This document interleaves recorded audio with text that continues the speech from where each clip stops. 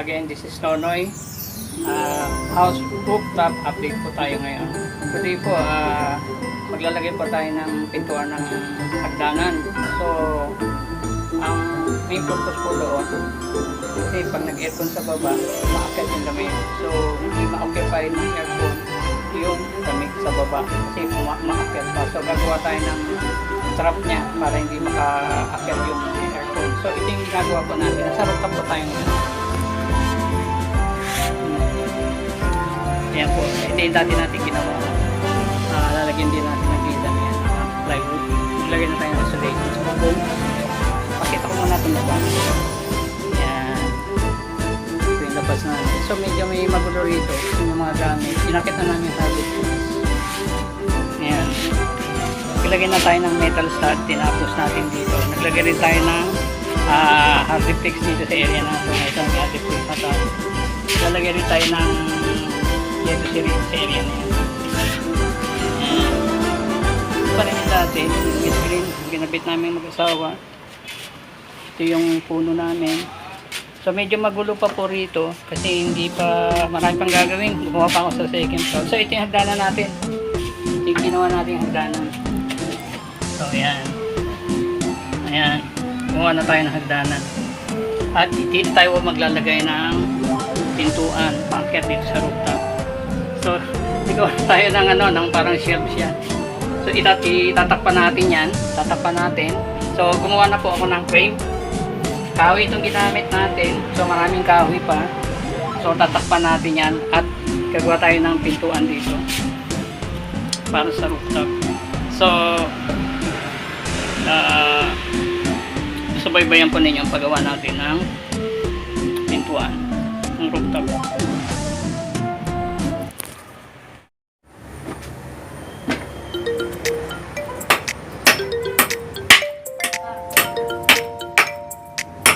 Tayo frame. Oh, tibay na yan. Complete yan. Parang lalagay para yung nice process dito. May design. So, siguro ito, maglagay tayo rito sa area na ito. Dito ang pintuan natin. Fix na lang natin ito. Kapag na tayo, bayan lang natin.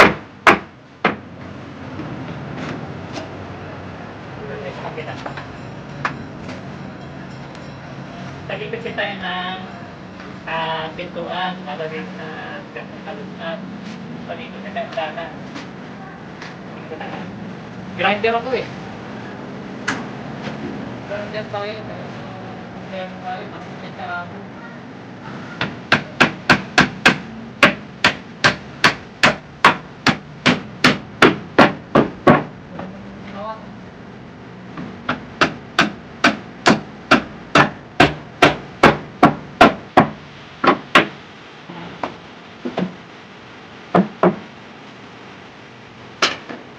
Tawa pa nga. Kasi po para madali na. Pag-ibig.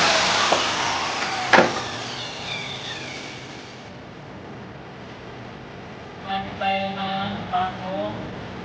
Witness.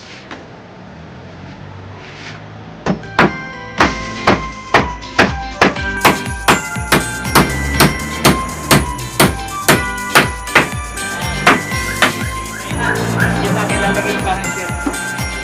Tapos dito tayo yung tingnan na natin na tayo. Tibay na siya oh. Tibay na. Kaya muna tayo ng biskuit.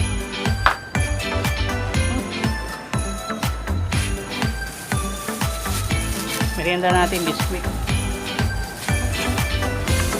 Malakas. Kaya muna tayong biskuit.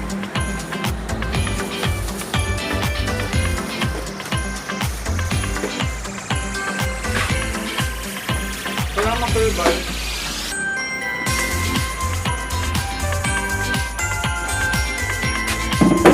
Tapos na, ano namin ito. Para pag-umpaat na. Tama. Ito.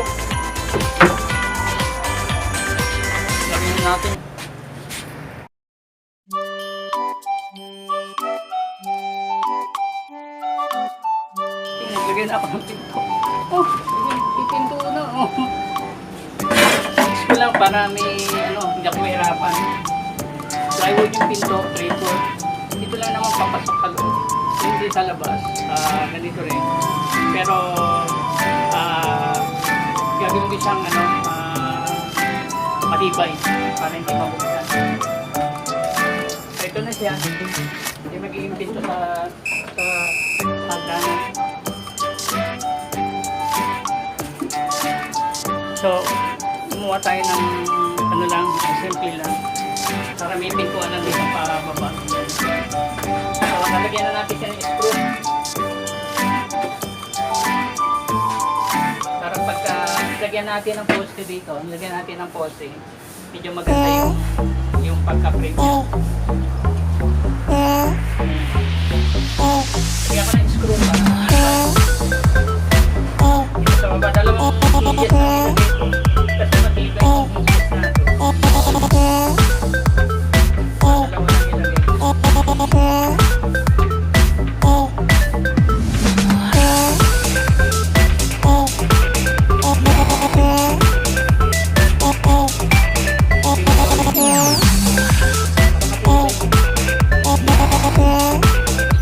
Lagyan ko siya ng parang pili ako ng 1x1.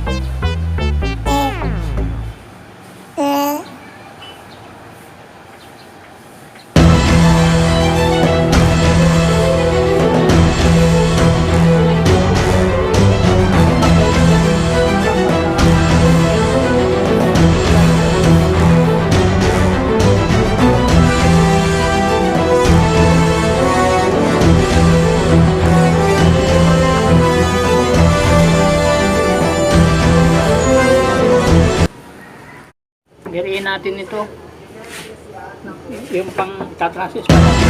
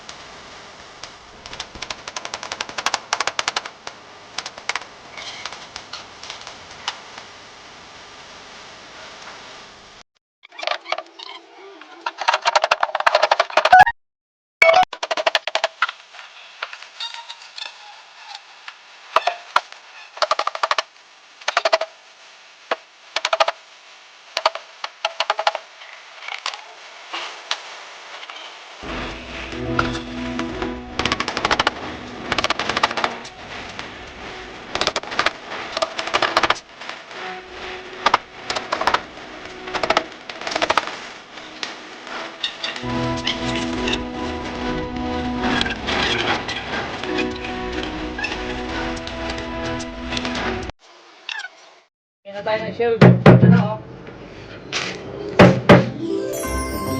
Shelf na tayo.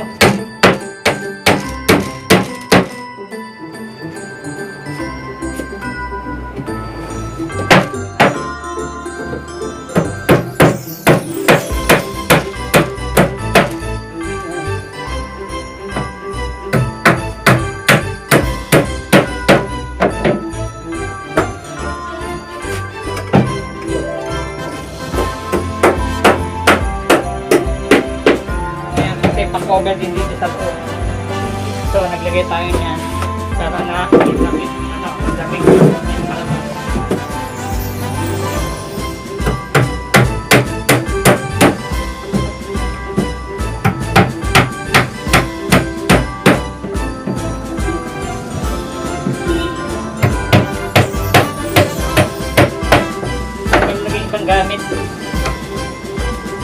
ayos na ito. Dahil pang gagawin kasi gumawa pa ako sa second floor. Sabi yung second floor namin sa pagpoposte ng ano, pagsisimento, pag-snap.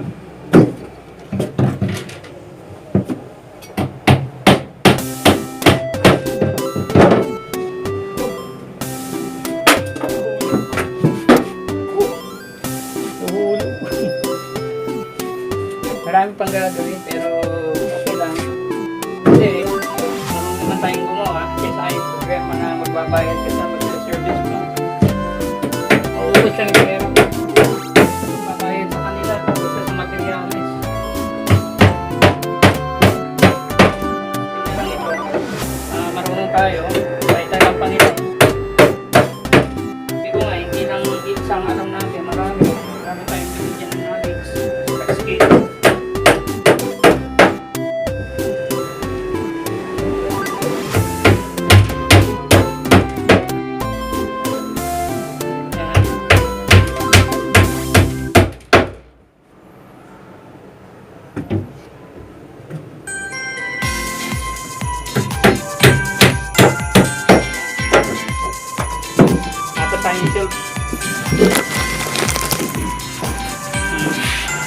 Kami nagawa natin patungan. So maglalagay din tayo rito ng plywood kasi ito sa ibabaw. So i-hold din natin ito ng plywood para sa pintuan. Yan, tagtanan namin. Lagyan ko ng ilaw, madilim. Yan. So lalagay na tayo dito sa ibabaw para matibay. Yan, sa ibabaw.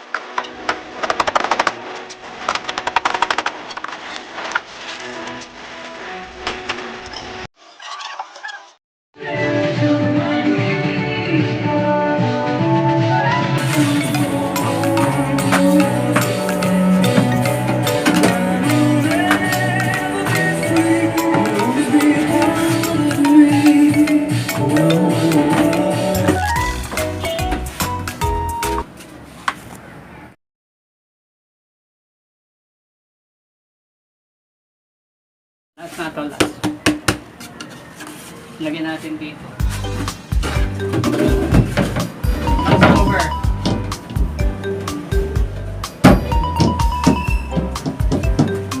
So, ito yung pinaka-alod na ng ano namin. Para siyang ano, time machine. Pinagdanan namin.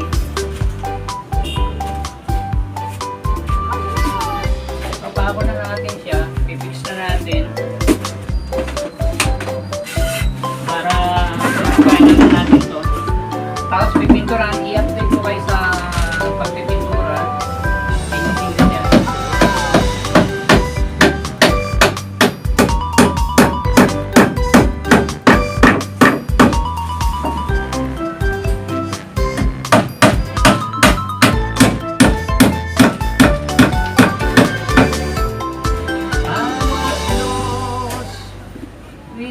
you.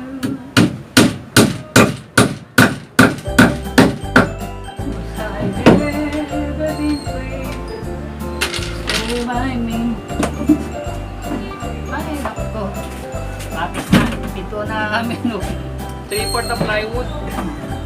Lalagyan ko siya ng ano, one by one, parang listo yung sa listo niya.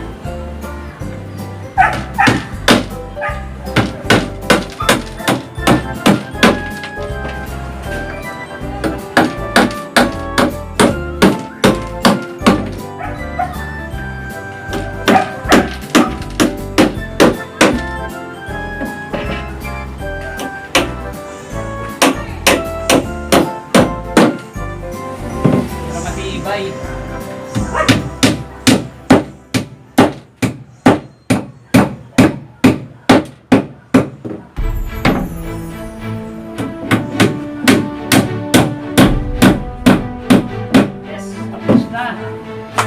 Yes, tapos na. Yung pinaka sawol niya, cover nito. So, ito lang po muna ang gagawin natin. Medyo gabi na. Baka ulan pa, medyo madilim. So, pakita ko pa yung mga natapos po natin. Ayan. Ayan ang buko. Yung pinto natin, no? Yung pagbaba. Ayan, sa pintura natin, lalagyan din natin siya ng knob. Yan, yung pagbaba natin. Yan. Kaya po yung mga natapos natin, yung mga nakubera na natin. Lalagay tayo ng ilaw doon para maliwanag yung pagbaba natin. Oh. Yan. Yan. Ito yung hagdan natin green. Yan, pababa. Papunta sa second floor to. Kasi nasa rooftop tayo. So maglalagay tayo ng ilaw din dito. Ay, yan. Lagay tayo ng ilaw dyan. Yan, yung bababa na sa second floor. Yan, ito yung hagdanan natin. So, pagka akit tayo sa rooftop, ipapotapos, yung pinto natin. Yan. Yung pinto natin yan, sa pag-close na ganyan. Yan, tapos i-open natin. Yan.